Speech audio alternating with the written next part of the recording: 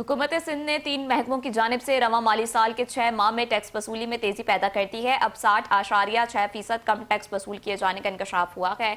रवां माली साल में board of revenue, excise and taxation और सिंध रेवेन्यू बोर्ड का टारगेट 6 खरब 71 अरब 65 करोड़ रुपए था। इस बारे में मजीद जानते नुमाइंदा 5 न्यूज शकील नाइट से।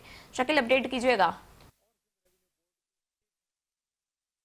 रवां माली साल 2025-26 के पहले 6 माह मुकम्मल हो चुके हैं।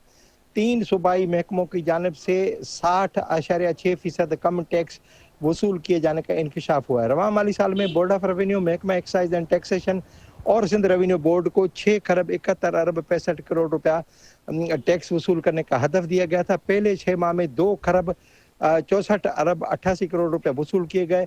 अब 6 माह में 4 खरब 6 अरब 76 करोड़ रुपए वसूल करने हैं। बोर्ड ऑफ रेवेन्यू का टारगेट 56 अरब रुपए था। एक्साइज एंड टैक्सेशन का टारगेट 2 खरब था, जबकि सिंध रेवेन्यू बोर्ड का जो टारगेट था वो 3 खरब था।